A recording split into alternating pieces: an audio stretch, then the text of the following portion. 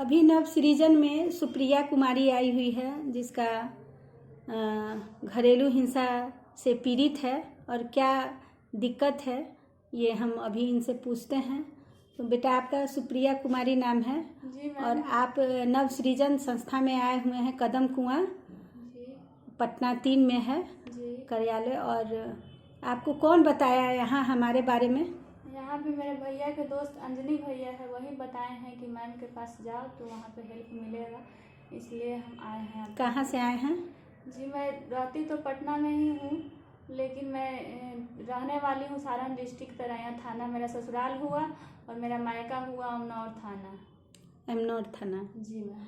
और क्या दिक्कत हुआ आपको? दिक्कत ये है मैम कि मेरे हस्बैंड पहले तो मेरे साथ ठीक से रहते थे, लेकिन अभी कुछ दिनों से लगभग 8 महीने से मेरे साथ अच्छे व्यवहार नहीं कर रहे हैं। मैं हॉस्टल चली गई थी, इस बीच में उन्होंने किसी और लड़की से संपर्क कर लिए। उसके बीच क्या हॉस्टल कहाँ गई थी? जी, मैं यही दीघा में थी हॉस्टल। पटने दीघा में? जी, पटना दीघा में। किस चीज़ का मैं हॉस्टल? असिस्टेंट कैमरामैन का कोर्स करने गई थी, जो कि ये सरकारी ही संस्था है, प्राइवेट कंपनी है लेकिन सरकार की तरफ से ही है वो। वहाँ पे कोई पैसा नहीं लग रहा था मेरा। अच्छा। वहीं पे मैं कोर्स करने गई थी। कोर्स करने के बाद किस चीज़ में जॉब लगेगा? कहाँ जॉब वो लोग बोले थे लगाने के लिए, लेकिन मैं जॉब में नहीं की, क्योंकि जब तक मैं वहाँ रही तब तक तो मुझे कुछ मालूम नहीं था। जब मैं अपने वहाँ से कोर्स करके रूम पे आई तब हमको ये सब मालूम चला कि मेरे हस्बैंड किसी और लड़की के साथ अवैध संबंध में हैं।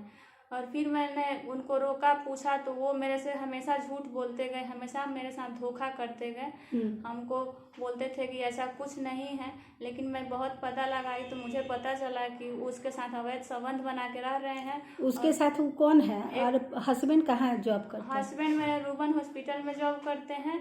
उसी हॉस्पिटल में एक लड़की थी जो जिसका नाम पूजा कुमारी है, वो भी न्यूरो डिपार्टमेंट में ही उन्हीं के साथ जॉब करती थी, जिससे उसके साथ उनका संपर्क हुआ। फिर उससे एक दूसरे से बातचीत करने लगे, उसके बाद उसके साथ अवैध संबंध बनाकर दोनों रहने लगे। इस बारे में जब मुझे मालूम चला तो मैंने उनसे बात की तो वो बोले कि नहीं, ये सब गलत बात है। फिर मैंने हॉस्पिटल के इंचार्ज से बोला तो हॉस्पिटल के इंचार्ज जब ये सब बारे में जाने तो वो जांच पड़ताल किए, तो फिर उस लड़की को उस हॉस्पिटल से हटा दिए। फिर मैं अगस्त 5 तारीख को लड़की के पिता के घर गई। वहाँ पे दानापुर में वो जॉब करते थे, वो आर्मी में है, तो मैं वहाँ गई, वहाँ उनसे बात की, ये सब बताई उनको। फेस टू फेस मिल के बताई वो सारा बात? जी, फेस टू फेस। लड़की जो अवैध संबंध अवैध संबंध है उसके पिता से मैं फेस टू फेस 5 अगस्त को मिली हूँ और बताई हूँ कि आपकी लड़की ऐसा ऐसा कर रही है। उनको फोटो भी दी थी, मैं दिखाई थी। तो वो बोले कि ठीक है बेटा, आप हमको बता दी, मैं अपनी लड़की को अपने घर पे बुला लूँगा। तो मैंने बोला कि ठीक है अंकल, आप बुला लीजिए, और क्योंकि मेरा ज़िंदगी बर्बाद हो जाएगा आपकी लड़की की वजह से, इसलिए आप अपनी लड़की को बुला लीजिए ताकि मेरा ज़िंदगी संभल जाए। तो वो बोले ठीक है, लेकिन वो अवैध संबंध वाला जो है आपके पास साक्ष्य है? जी, मेरे पास साक्ष्य है, हर चीज़ का साक्ष्य है कि वो लड़की से वो शादी भी कर ली है, इसका भी साक्ष्य है। उसके साथ अवैध संबंध बना है, इसका भी मेरे पास साक्ष्य है, हर चीज़ का। शादी वाला साक्ष्य क्या है? कि वो सिंदूर लगाई हुई है और मेरे हस्बैंड के साथ गले मिल के बेड पे हर जगह हर तरह से फोटो है मेरे पास। जो कि मैं आपको साक्ष्य दे सकती हूँ। कॉल रिकॉर्डिंग भी अगर उसके फादर का भी है, लड़का का भी कुछ है, सारा साक्ष्य है। हाँ, मेरे पास साक्ष्य है जो कि मैं दे सकती हूँ। थाना में इसका सूचना दी हैं, आवेदन दी हैं? जी, मैं राजीव नगर थाना में गई थी सूचना देने, तो वहाँ के प्रभारी बोले कि आपका सूचना यहाँ पे नहीं लिया जा सकता है, क्योंकि आप सारण डिस्ट्रिक्ट की रहने वाली हैं, तो आप अपने सारण डिस्ट्रिक्ट में तरैया थाना में जाकर ही केस कर सकती हैं। तो आज आप जाइएगा?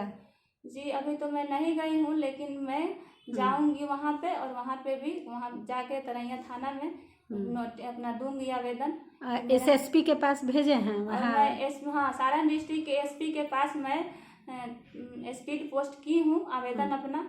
कि मेरा हेल्प किया जाए, क्योंकि मैं बहुत पीड़ित हूँ, मैं बहुत परेशान हूँ, मेरे साथ न्याय किया जाए। मैं न्याय के लिए मैडम के पास आई हूँ। जरूर मिलेगा, हमको न्याय मिले, क्योंकि मैं बहुत परेशान हूँ। आप लोग समझ सकते हैं कि एक लड़की के साथ इतना कुछ अगर होता है वो तो कैसे रह रही है, आप तो समझ सकते हैं। इसलिए हम आए हैं, बहुत आशा के साथ आप लोग आपके पास आए हैं कि आप मेरी हेल्प करेंगी। एकदम एकदम हेल्प होगा।